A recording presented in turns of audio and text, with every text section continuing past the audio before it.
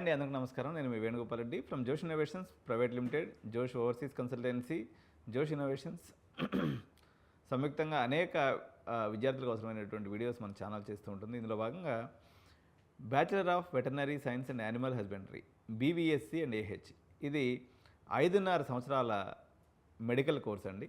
So top మన professionals కానీ మనం తీసుకున్నప్పుడు ఫస్ట్ ప్లేస్లో ఎంబీబీఎస్ ఉన్నట్లయితే సెకండ్ ప్లేస్లో ఉన్నటువంటి కోర్స్ వచ్చేసి బీవీఎస్ అండ్ ఏహెచ్. సో మన ప్రభుత్వాలు మొద్దు నిద్రపోవడం వల్ల కేవలం 32 రాష్ట్రాలకు గాను కేవలం 2 నుంచి 3 రాష్ట్రాల్లో మాత్రమే మనకి వెటర్నరీ ప్రైవేట్ కాలేజ్ అనేది రావడం జరిగింది. ఈ రాష్ట్రాలు కూడా వాళ్ళు ఏంటంటే పశు సంపదకి అదేవిధంగా వెటర్నరీ విద్యకి అత్యంత విలువ ఇవ్వడం వల్ల మొట్టమొదటిసారిగా భారతదేశంలో రాజస్థాన్లో ప్రైవేట్ వెటర్నరీ కాలేజ్ అనేది రావడం జరిగింది. సో ఇందులో ఆ రోజుల్లో అంటే 2010 ఆ పర్టికులర్ పీరియడ్ 2000 ఆ పీరియడ్లో ఆరావళి కాలేజ్ మొట్టమొదటిగా ఎస్టాబ్లిష్ అయితే దాని తర్వాత ఎంజేఎఫ్ వచ్చినాయి. దాని తర్వాత కన్సిక్వెంట్ ఇయర్స్లో రకరకాల కాలేజెస్ రావడం జరిగింది. అయితే నేను ఈరోజు మీ ముందు తాంతియా యూనివర్సిటీ అనేటువంటి యూనివర్సిటీ, ఇది శ్రీగంగానగర్ రాజస్థాన్లో ఉంది. ఈ కాలేజీకి వెటర్నరీ కాలేజీకి వీసీఐ వెబ్సైట్లో కానీ మనం చూసుకున్నప్పుడు శ్రీగంగానగర్ వెటర్నరీ కాలేజ్ అనే పేరుతో మనకి ఈ యొక్క కాలేజ్ అనేది రన్ అవుతుంది.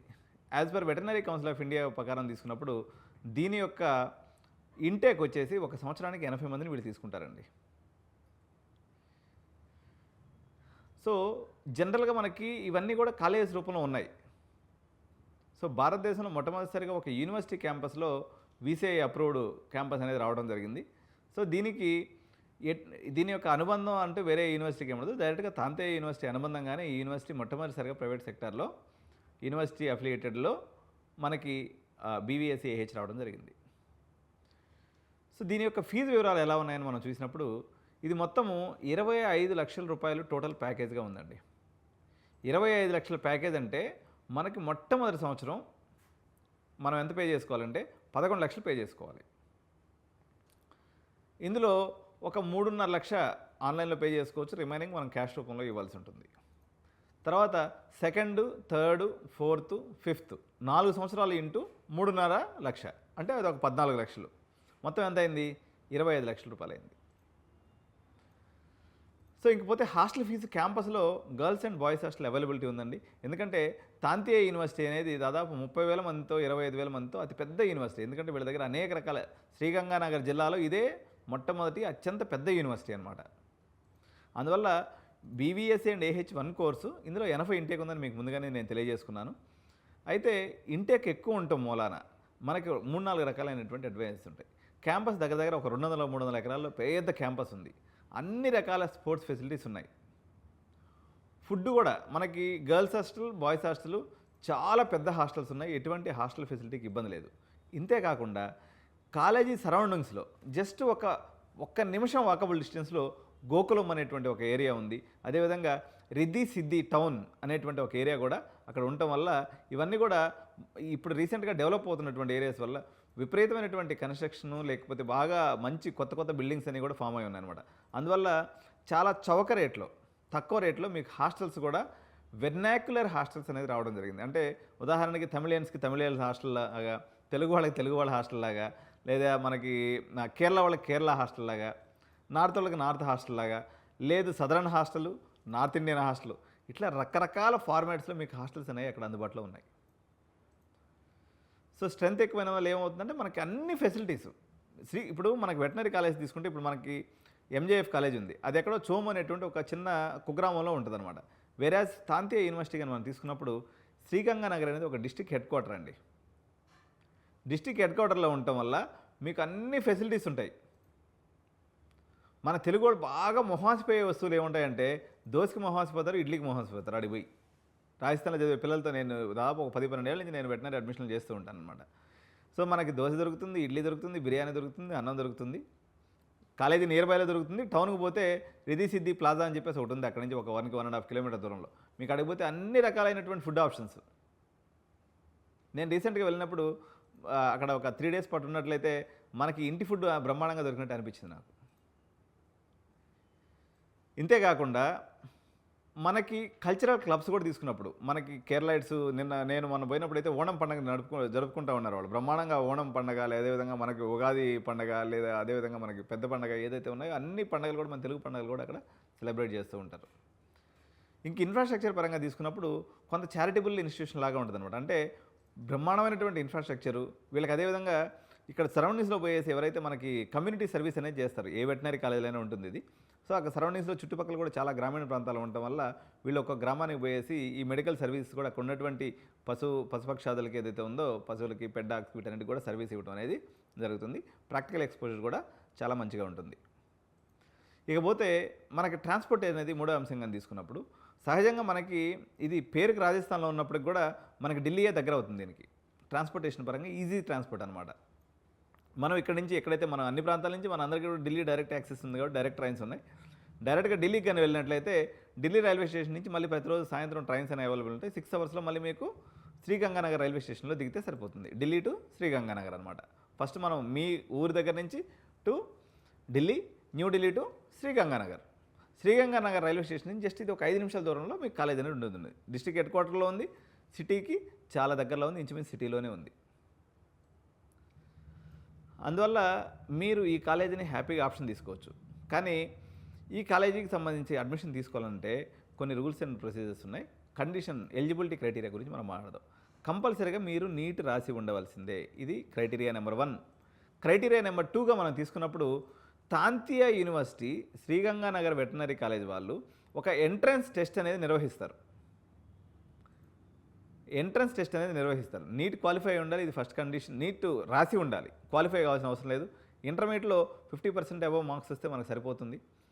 తాంతియా యూనివర్సిటీ వారు వాళ్ళకి సంబంధించినటువంటి ఒక ఓన్ ఎంట్రన్స్ టెస్ట్ అనేది పెడతారు. దీనికి సంబంధించి లాస్ట్ తారీఖు వచ్చేసి మనకి 5వ తారీఖు ఉందన్నమాట. 5వ తారీఖు లోపల మీరు మమ్మల్ని అప్రోచ్ అయితే ఫస్ట్ మనం అప్లికేషన్ పెట్టుకోవాలి.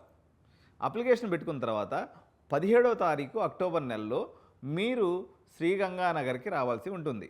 అక్కడ మీకు ఒక ఎంట్రన్స్ టెస్ట్ ఉంటుంది. ఇది నామకే వాస్తేలే అనుకోండి, కానీ ఎంట్రన్స్ టెస్ట్ అయితే తప్పనిసరిగా రాయవలసి ఉంటుందన్నమాట. రాసినటువంటి పిల్లలకు మాత్రమే నేను చెప్పినటువంటి ఈ ప్యాకేజ్ అనేది వర్తిస్తుంది. మీరైతే ముందు అప్లై అయితే చేసుకోండి. ఎందుకంటే ఇప్పుడు మన తెలుగు రాష్ట్రాల్లో తీసుకున్నప్పుడు ఆంధ్రప్రదేశ్లో ఎలాగో ఫస్ట్ కౌన్సిలింగ్ కూడా అయిపోయింది. తెలంగాణలో కూడా కాంపిటెంట్ అథారిటీకి సంబంధించినటువంటి మెరిట్ లిస్ట్ ఏదైతే ఉందో 16,800తో కూడుకున్నటువంటి కాంపిటెంట్ అథారిటీ మెరిట్ లిస్ట్ కూడా మనకు ఆల్రెడీ ఇచ్చేయడం జరిగింది. మీకు ఎవరికి మెడికల్ సీట్లు వస్తాయి, ఎవరికి రావు, అది అర్థమైపోతుంది కదా. దాన్ని చూస్తే ఇంకెందుకు వెయిట్ చేయటం. వెటర్నరీ చదవదలుచుకుంటే ఇంకా చాలామంది పేరెంట్స్ అమాయకంగా, సార్ మాకు హైదరాబాద్లో ఉంటే చెప్పకూడదా? హైదరాబాద్లోనే కాదు, కర్ణాటకలోనే కాదు, తమిళనాడులోనే కాదు, ఆంధ్రప్రదేశ్లోనే కాదు, సదరన్ స్టేట్స్లో ఎక్కడా కూడా ఒక్క ప్రైవేట్ కాలేజ్ కూడా లేదు. సెంచురియన్ యూనివర్సిటీ అని ఒరిస్సాలో ఉంది, but Orissa comes under north. Moreover అది 6,535 ప్లస్ మళ్ళీ ఒక 6 lakhs 7 lakhs డొనేషన్ ఉంది. 6 lakhs వరకు ఉంది డొనేషన్. అంటే 42 లక్షల రూపాయలు మీకు ట్యూషన్ ఫీజు మాత్రమే కలుగుతూ, దానికి ఏం కొమ్ములు వచ్చి వాళ్ళు ఎక్కువ ఫీజు పెట్టలేదు. మనకి దగ్గర అనేటువంటి కేవలం మన ఎమోషన్ ఆధారంగా వాళ్ళు అంత ఫీజు పెట్టుకున్నారు. తాంతియా యూనివర్సిటీ కన్నా అది గొప్ప యూనివర్సిటీ అయ్యి వాళ్ళు ఫీజు పెట్టలేదు. కానీ వాళ్ళు ఎందుకని ఫీజు పెట్టుకున్నారు అంతగానో అంటే, ఆంధ్ర ప్రజలు ఎక్కువగా వెటనరీ జాయిన్ అవుతారు, ఇది మనకు దగ్గరగా ఉంటుంది కాబట్టి ఆడపిల్లల్ని పంపించేవాళ్ళు ఇక్కడ పంపించేస్తారన్న ఒక చిన్న లాజిక్ని వాళ్ళు ప్లే చేసి 45 లక్షల రూపాయలు ఫీజు పెట్టారు. నిజంగా మీకు అంత దూరం పంపించడం అనేది నిజంగా కన్సర్న్ అయ్యి మీ దగ్గర డబ్బులు ఎప్పుడుముప్పుడుగా ఉన్నట్లయితే మీరు సెంచురీ యూనివర్సిటీని ఆప్ చేసుకోండి, నో ప్రాబ్లం. మనం సెంచురీలో కూడా అడ్మిషన్ చేసి పెడతాం. బట్ తాంతియా అనేది దాని ఏమంటారంటే వాల్యూ ఫర్ మనీ, మనం కట్టేటువంటి డబ్బుకి మనకి సరైనటువంటి ప్రైస్లో వచ్చిందనేటువంటి మనకు భావన ఉంటుంది. ఎందుకంటే ఈరోజు ఎంబీబీఎస్ విద్యను మనం తీసుకున్నప్పుడు మీరు ఆంధ్రాలో చాలా కాలేజీలో 1,30,00,000 నారాయణ అయితే 1,40,00,000 దాకా ఉంది. దాదాపు అన్ని కాలేజీలో కూడా సీట్లు అయిపోయినాయి. డెంటల్ చదివే బదులు ఇక్కడ మనకి ఏ కాలేజీలో తీసుకున్న డెంటల్ కూడా ఇంచుమించు 16 లక్షలు అవుతుంది. 4 16 లక్షలు పడుతుంది.